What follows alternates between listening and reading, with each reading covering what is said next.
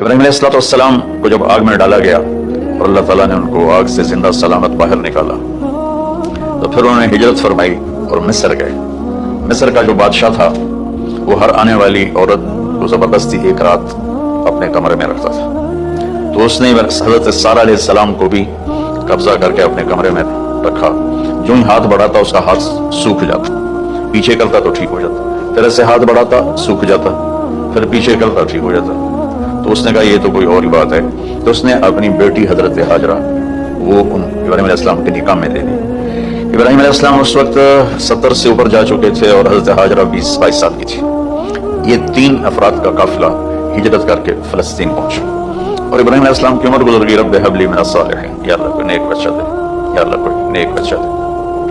कुछ तकरीबन 84 साल की उम्र में अल्लाह ताला ने हजरत हाजरा से बेटा दिया, सारा की बजाय हाजरा से बेटा दिया।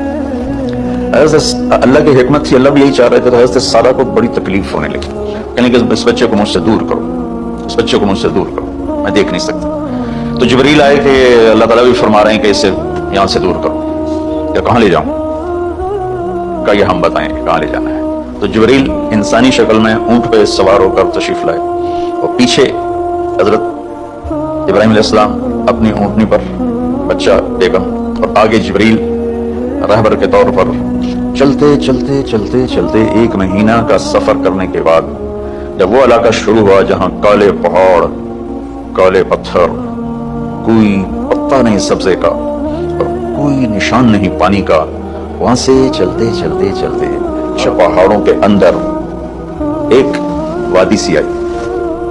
जब वहां पहुंचे तो जिब्रील कहने लगे अल्लाह के नबी यहाँ हाजरा और इस्माइल को छोड़।